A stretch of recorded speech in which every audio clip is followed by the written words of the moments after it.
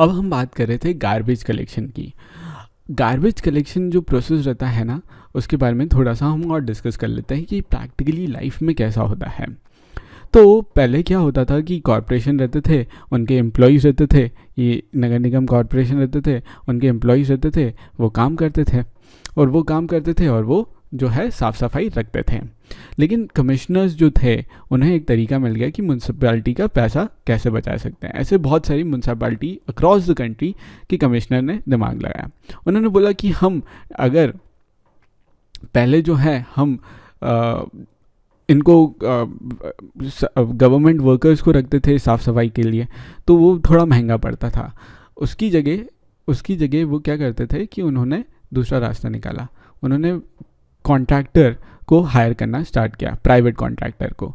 और ये private contractor जो रहते थे, उनके साथ कॉन्ट्रैक्ट करते थे, उनके साथ एक डीड बनाते थे, एक अनुबंध करते थे, यानी कि एक एग्रीमेंट होता था उनके बीच में कि आप जो है, आप हमें लोग जो है, आपका ठेका है, आपका ये काम है, आपको साफ़ सफाई मेंटेन करनी है, आपको ही अपने लोग लगाने हैं और आपको ही काम करना है। इस तरीके से कॉन्ट्रैक्ट पे काम देना स्टार्ट किया म्यूनसिपाल्टी ने। अब सस्ता भी पड़ने लगा क्योंकि गवर्नमेंट को तो प्रॉपर सैलरी देनी पड़ती थी, लेकिन इन कॉन्ट्रैक्ट वर्कर को जो है ठेकेदार प्रॉपर सैलरी भी नहीं देता था, मतलब देवर पेड लेस, और जॉब भी टेम्परेरी रहता था। साथ ही साथ मैं आपको बता दूं कि इस कारण से बहुत दिक्कत होने लगी ये लोगों को, और खूब न्यूज़पेपर में छपा इसके बारे में।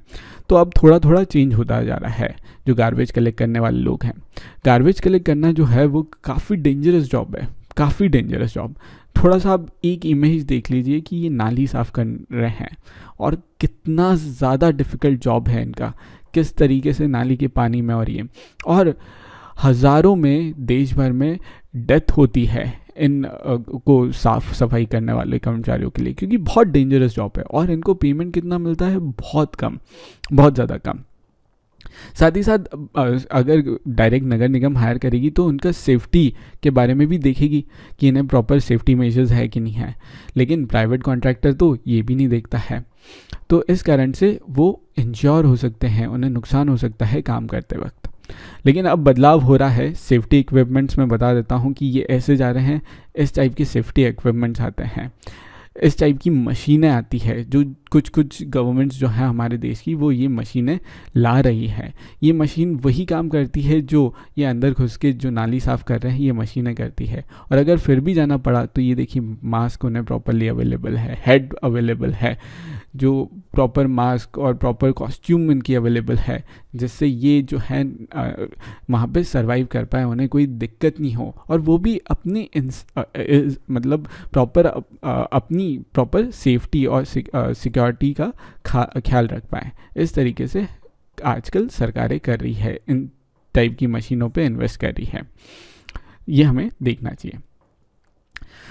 तो एक चीज़ और जो चीज़ है कि खाला ने ये भी बताया कि ये जो 2 डस्टबिन वाला सिस्टम है ना, ये गंगाबाई का आइडिया नहीं था, ये एक्चुअली पूरी म्यूनसिपल कॉरपोरेशन में ये आइडिया था कि किस तरीके से हम अपनी स्ट्रीट क्लीन कर रहे हैं।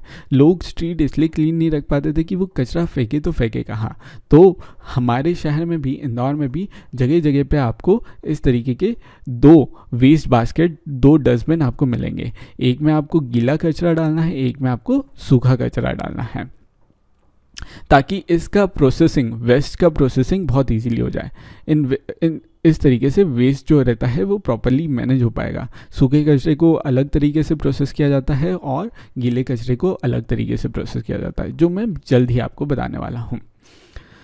ठीक है, तो इस तरीके से गार्बेज जो है अपने आप लोग जगह पर डाल देते हैं, तो काम भी कम होता है, मतलब जो वर्कर्स रहते हैं, सैनिटेशन वर्कर बोलते हैं, तो उनका भी काम बच जाता है, और जगह जगह पे अपने आप शहर में साफ़ सफाई होती है। तो ये एक स्टेप है जो लिया जा रहा है।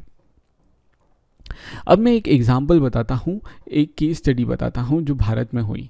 सूरत जो है गुजरात की बहुत फेमस सिटी है, और वहाँ पे बहुत अच्छा बिजनेस होता है, खूब अच्छा बिजनेस होता है, था, और बहुत समय से बहुत फेमस सिटी है।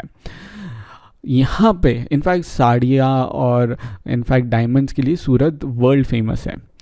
तो यहाँ पे प्लेग करके एक बीमारी फैली, 1994 में। तो उसका बैकग्राउंड मैं बता देता हूँ। सूरत जो थी उस समय इंडिया की डर्टीएस्ट सिटी में थी। घर का, होटल का, रेस्टोरेंट का जो भी कचरा रहता था लोग नालियों में, स्ट्रीट्स में फेंक देते थे। साथ ही साथ इससे स्वीपर्स और बाकी गार्बेज कलेक्शन वाली मशीनरी जो रहती थी उन्हें बहुत डिफ़िकल्ट होता था कि किस तरीके से साफ़ सफाई करें, और प्रॉपर था भी नहीं सिस्टम। म्यूनसिपल कॉरपोरेशन जो थी वो गार्बेज कलेक्ट नहीं करती थी, इस कारण से गार्बेज बढ़ता गया, कहाँ पे, रोड पे, और ये सब, और सिचुएशन जो थी वो बदतर होती गई, अब वर्स होती गई। इससे क्या हुआ कि इससे जो है प्लेग फैलने लगा। प्लेग जो फैलता है वो हवा से फैलता है, और इस कारण से बहुत लोगों को ये डिजीज़ हो गई, बहुत लोगों की जान चली गई, और बाकी लोग अपनी जान बचाने के लिए करीब 3 लाख लोगों ने शहर को तुरंत छोड़ दिया। और ये देखिए आप सूरत की उस समय की इमेज है 1994 की, कि लोग जो है लाइन लगा के अपने दूसरी जगह जा रहे हैं, सूरत को छोड़ के जा रहे हैं। 3 लाख मतलब बहुत बड़ी पॉपुलेशन होती है, बहुत बड़ी पॉपुलेशन, 3 लाख लोग एक साथ शहर को छोड़ रहे हैं। तो फिर म्यूनसिपल कॉरपोरेशन ने प्रॉपर साफ़ सफाई का जिम्मा उठाया, और अब देखें तो Surat one of the cleanest city है इंडिया की। तो सूरत कहाँ है? गुजरात में है। गुजरात में ये यहाँ पे सूरत है।